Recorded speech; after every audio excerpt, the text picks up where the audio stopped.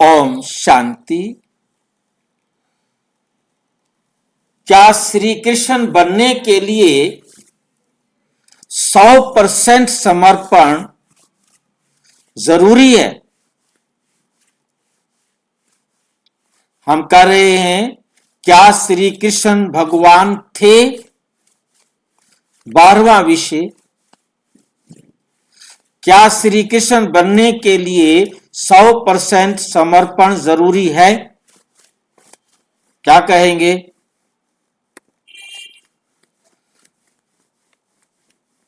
क्या श्री कृष्ण बनने के लिए 100% समर्पण जरूरी है? क्या जवाब देंगे, हाँ या ना?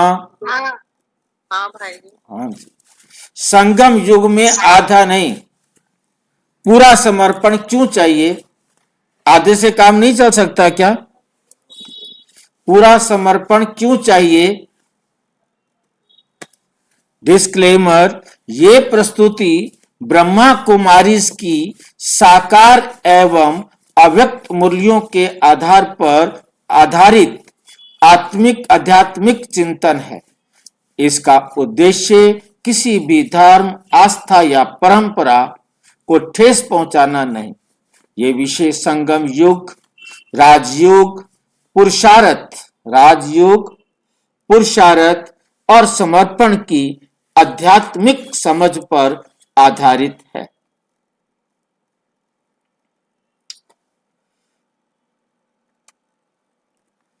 दर्शक इसे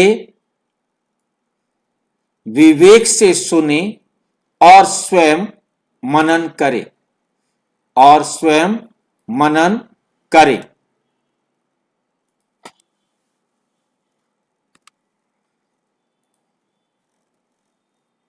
सबसे चुनौतीपूर्ण प्रश्न, सबसे चुनौतीपूर्ण प्रश्न।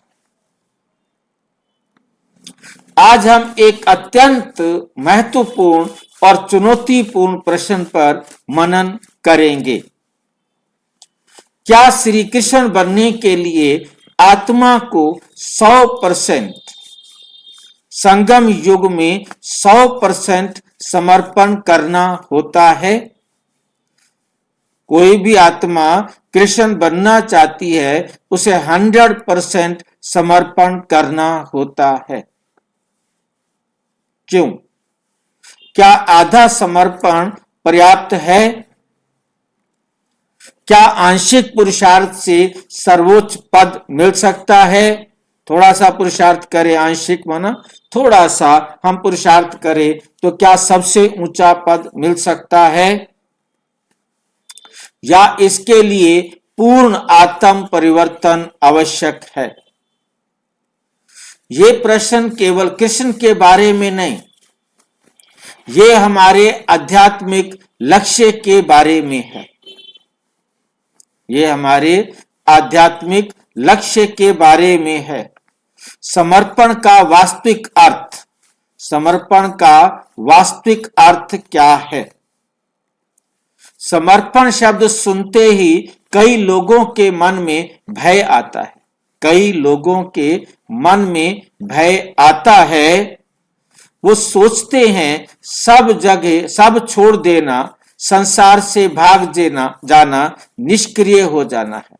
हम सब कुछ छोड़ दें, संसार से भाग जाएं, निष्क्रिय हो जाएं, तो गलत बात है ना। लेकिन आध्यात्मिक समर्पण का अर्थ ये नहीं। लेकिन आध्यात्मिक समर्पण का अर्थ यह नहीं। समर्पण का अर्थ है अहंकार का त्याग। समर्पण का अर्थ है अहंकार का त्याग। हमें क्या करना है? अहंकार को त्यागना है। नंबर 1, कौन सा अहंकार त्यागना है?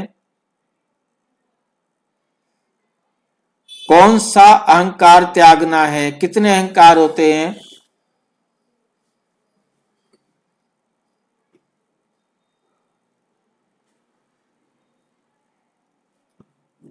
मालूम है क्या हमें कितने अहंकार होते हैं? और अहंकार, कौन सा अहंकार त्यागने के लिए बाबा कहते हैं? देह का अहंकार। अशुद्ध अहंकार।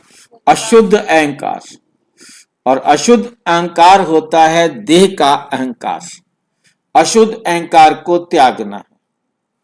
दूसरा क्या है? देह अभिमान का अंत। अशुद्ध अहंकार का त्याग करना है, देह अभिमान का अंत करना है, परमात्मा की शिक्षा को स्वीकार करना है। परमात्मा की शिक्षा को स्वीकार करना है। मुरली है 21 जनवरी 1969। अपने बाप के हवाले करो तो बाप जिम्मेवार बनता है। अपने को बाप के हवाले करो। कोई मुझे बताएगा कि बाप के हवाले करने का मतलब क्या है?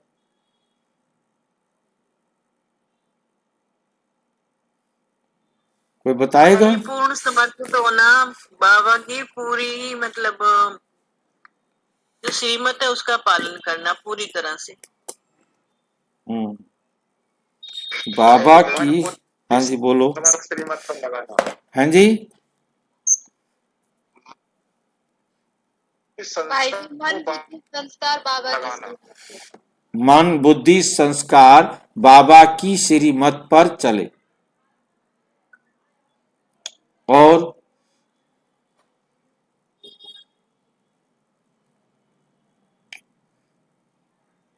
अपने इंद्रियां। हाँ जी, कर्म इंद्रियां क्या करें?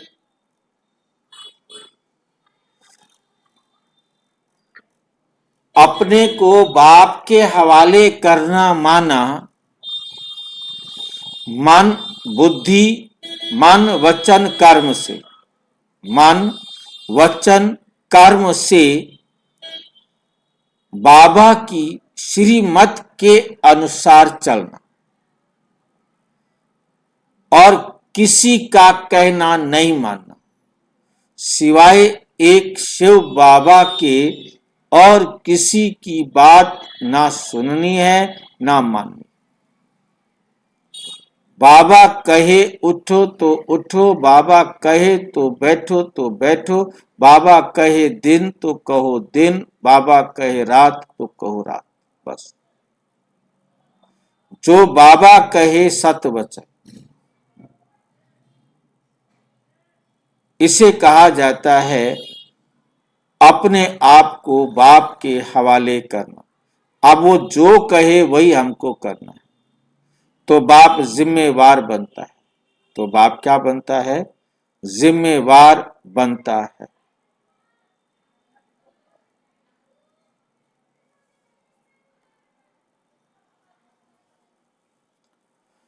क्या आंशिक समर्पण पर्याप्त है? क्या आंशिक समर्पण पर्याप्त है? मान लीजिए एक छात्र परीक्षा दे रहा है, थोड़ा पढ़ाई किया, थोड़ा अभ्यास किया, थोड़ा ध्यान दिया, क्या वो टॉप करेगा? नहीं। टॉप वही करेगा जिसने पूर्ण ध्यान दिया, जिसने पूर्ण अनुशासन रखा, जिसने निरंतर अभ्यास किया। ठीक ऐसे ही संगम युग की एक आध्यात्मिक प्रतियोगिता है। ये भी ठीक ऐसे ही संगम युग एक आध्यात्मिक प्रतियोगिता है, जो इसमें निरंतर अभ्यास करेगा, संपूर्ण ध्यान से पढ़ाई पढ़ेगा, पूरा अनुशासन में रहेगा, तो जो है उच्च पद पा सकता है। कृष्ण बनने वाली आत्मा का पुरुषार्थ। जो आत्मा कृष्ण बनना चाहती है, उस आत्मा का पुरुषार्थ क्या है? क्या करती है वो? ये राजयोग की पढ़ाई है जिससे तुम राजाई पाते हो। ये जो है पढ़ाई, ये राजयोग की पढ़ाई है जिससे तुम राजाई पाते हो। राजाई पाने के लिए निरंतर योग, निरंतर स्मृति, निरंतर पवित्रता, निरंतर पवित्रता, निरंतर योग, निरंतर स्मृति और निरंतर पवित्रता। चौथा क्या होता है? निरंतर सेवा। ये चार हमारे जो सब्जेक्ट हैं, ये चारों सब्जेक्ट, ठीक है कि नहीं, ये निरंतरता ही समर्पण है।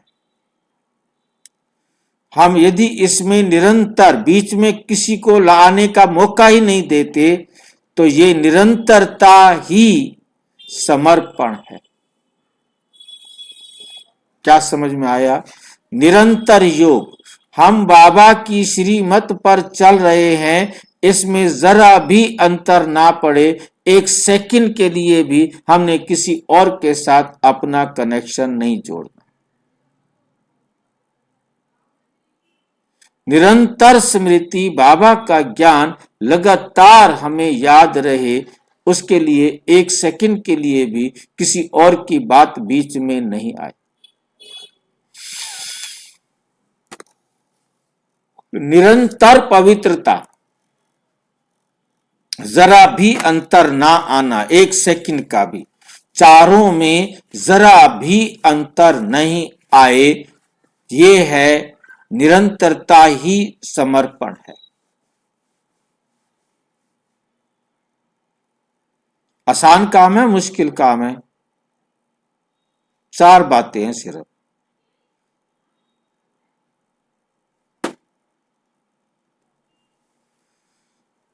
सौ प्रतिशत समर्पण क्यों आवश्यक है?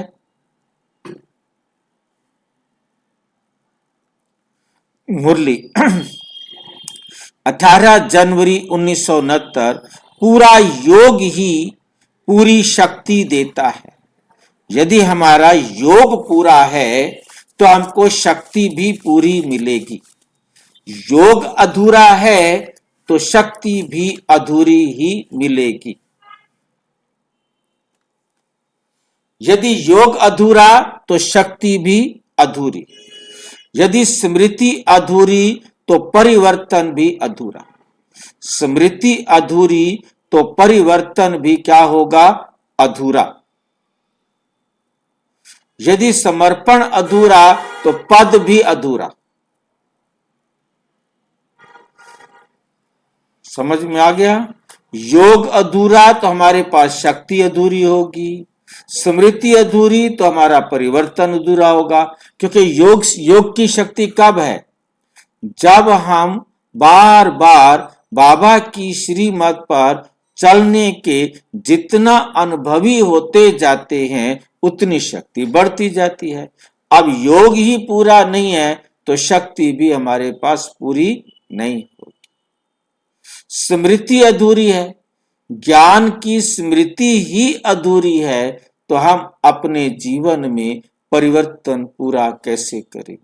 क्या मुझे बदलना है वही याद नहीं तो परिवर्तन कैसे पूरा होगा? समर्पण अधूरा है तो फिर पद भी अधूरा ही मिलेगा। उदाहरण, बीज और अंकुर। मान लीजिए आप बीज बोते हैं, थोड़ा पानी देते हैं, कभी ध्यान देते हैं, कभी नहीं देते हैं, तो क्या होगा? क्या वृक्ष पूर्ण विकसित होगा? नहीं, नहीं। लेकिन यदि नियमित पानी, नियमित धूप, नियमित देखभाल, नियमित पानी, नियमित धूप, नियमित देखभाल, तो वृक्ष विशाल बनता है। समर्पण बराबर है नियमितता, नियम अनुसार करना, नियमितता, नियम में कभी भी रुकावट नहीं आए, तब समझो कि हमने समर्पण किया है। समर्पण और स्वतंत्रता का विरोधाभास। समर्पण और स्वतंत्रता का विरोधाभास। कई लोग सोचते हैं समर्पण से स्वतंत्रता समाप्त हो जाएगी। हम समर्पण हो जाएंगे फिर हमारी तो कोई स्वतंत्रता नहीं रहेगी, फिर तो हमें उनके अनुसार काम करना होगा, जैसे वो कहेंगे वही करना होगा। वो कहें उठो तो उठ जाएं, वो कहें बैठो तो बैठ जाएं। ठीक है कि नहीं? क्या आप समर्पित होना चाहते हैं? संपूर्ण समर्पित होना चाहते हैं? सोच लो, जी, सोच लो, बड़ा कठिन है काम। तो बाबा कह हाँ बाबा कह रहा है ऐसा चलना पड़ेगा। करना पड़ेगा, लेकिन आध्यात्मिक सत्य उल्टा है। आध्यात्मिक सत्य उल्टा है। मुरली है, बाप को याद करो तो बंधन कट जाते हैं। जो सारे संसार के बंधन थे आपको, वो सारे बंधन खत्म हो जाएंगे।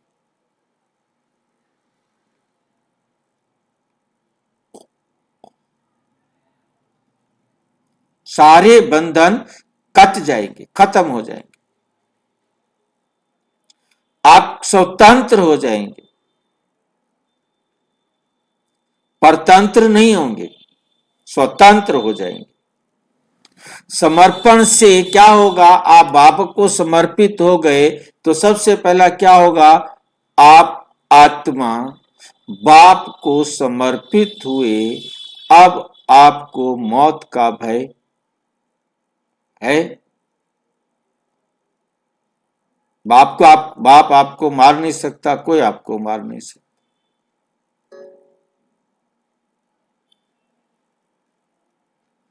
और बाबा तो गलती करने वाले को भी सजा नहीं देते, कहते कोई गलती नहीं है, इसने जो कुछ किया है वो एक्यूरेट किया है। इसलिए बाबा कभी भी किसी भी आत्मा को सजा नहीं देते।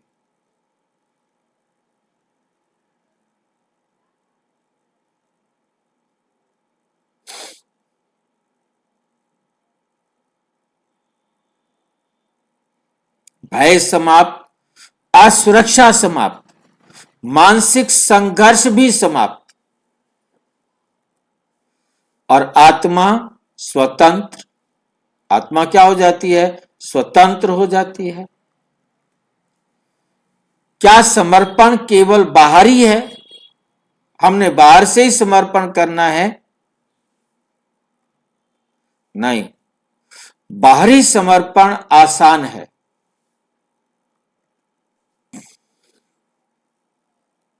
वस्तुएं छोड़ देना, स्थान बदलना, दिनचर्या बदलना, लेकिन कठिन क्या है?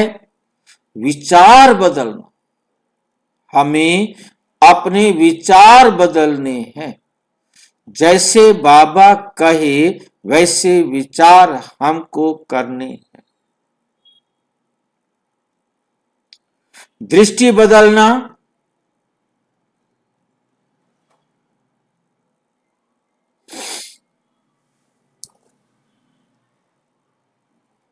संस्कार बदलना।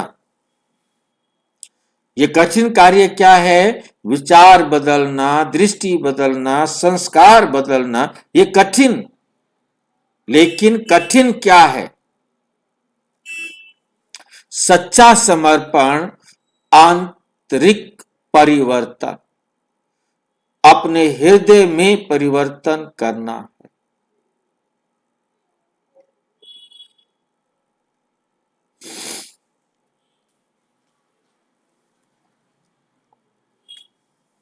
क्या यह संभव है? आंतरिक परिवर्तन, क्या यह संभव है? हाँ, संगम युग में संभव है। मुरली, 1 अगस्त 1972, पुरुषार्थ करते रहो, बाप मददगार है। आप पुरुषार्थ करते रहो, बाप मददगार है।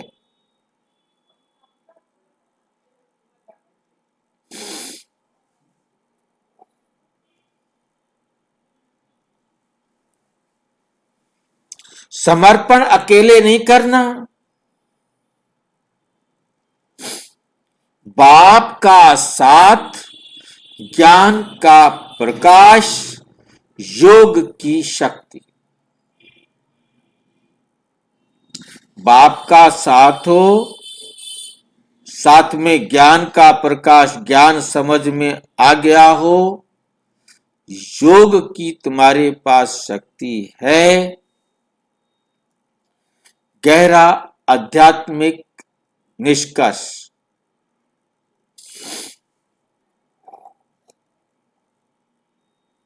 श्री कृष्ण बनने के लिए आधा समर्पण नहीं, आधा पुरुषार्थ नहीं, आधा परिवर्तन नहीं।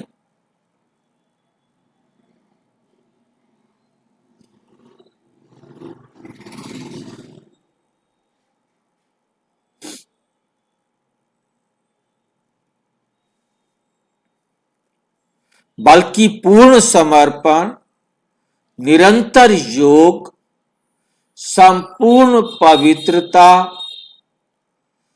और स्थिर स्मृति लब्धा।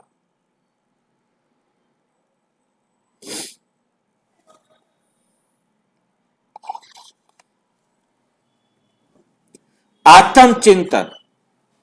अब प्रश्न आपसे, क्या हमारा समर्पण, हर एक अपना अपना चेक करके बताएंगे कि हमारा समर्पण 10% है, 50% है या 100%?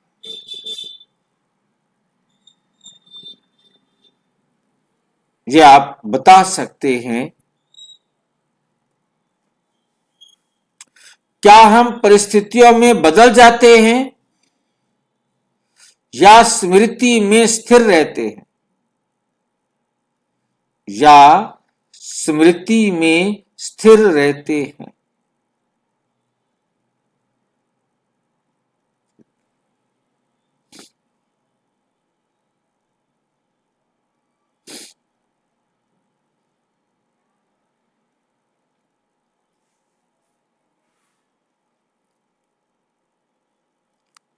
क्या हम परमात्मा को विकल्प मानते हैं या आधार? क्या मानते हैं? अंतिम संदेश, कृष्ण बनने का रहस्य ज्ञान में नहीं, कथा में नहीं, सुनने में नहीं, तो किस में है? बल्कि पूर्ण समर्पण में है। अब निर्णय हमारा है, हम दर्शक रहेंगे या समर्पित साधक बनेंगे। हमने देखने वाला बनना है या बनने वाला बनना? अच्छा, ओम शांति।